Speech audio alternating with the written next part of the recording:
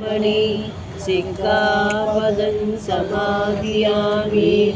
कामेषु मिच्छाचारा वेरमणि सिक्कापदं समाधियामि मूसावादा वेरमणि सिक्कापदं समाधियामि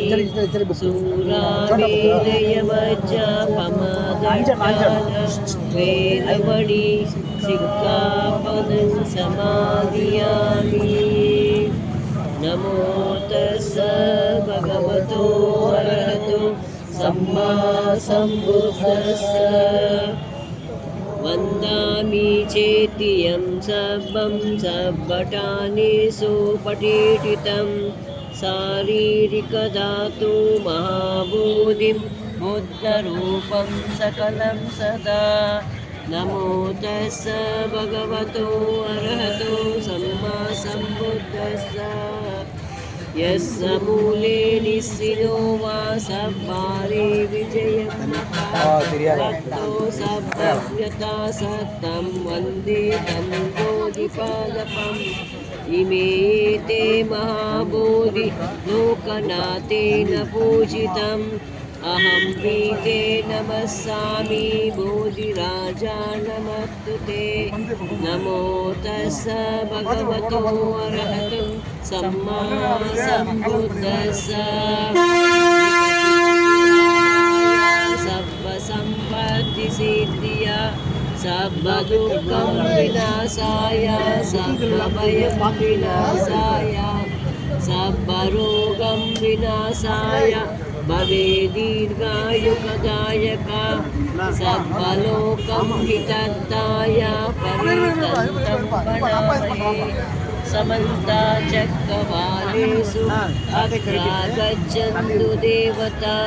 सद्धम्मं मुनिराजस्य सुनन्तु सद्गमुद्गतं धम्मसवनकालो अयं वदन्त धम्मसवनकालो अयं वदन्त धम्मसवनकालो अयं वदन्त करणीयमेत्त कुशलेन यं तं सन्तं पदम् अभिसमीच सक्को ऊजु च सूजु च सुवचो च समुद्रीयनतिमानि सन्तुस्सको च सुपरो च अपकिच्चो च सल्लहुक्काउति सन्तीन्द्रियो च निपको च अपगपो कुलेषु अननुगिद्धो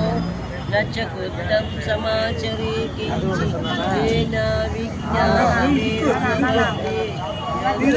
सुखिनो वाकेनो होन्तु सर्वे सद्धा भवन्तु सुखितार्था नापरो परं निकुबेत ज्ञातमज्ञातः कन्तचीनं कञ्ची व्यारोसना पटिकसज्ञ नाज्ञमज्ञस दुःखमिच्छेय मातायतानियं पुत्रं आयुषा एकपुत्रं मनुरज्ञे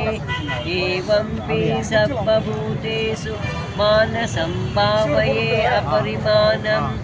उद्धं वदोचतिर्यच्च असम्पादम् अवेरं वसपर्दं तिष्ठं चरं निस्सिनो वा शय्यानो वा यावतस्सा विगतानिद्धो एतं सत्यम् अदित्येय ब्रह्ममीतं विहारं मिदमाहो दिट्टिच्चानुपक्वमासीनवादस्सनेन सम्पन्नो कामेषु विनयोगेन नहि जातो ब्रह्मसेयं पुनरेदितो दुःखपत्ता च निर्दुःखा भयापत्ता च निर्भया शोकपत्ता च निःशोका होन्तु सर्वेऽपि पाणिनो एतेन सच्च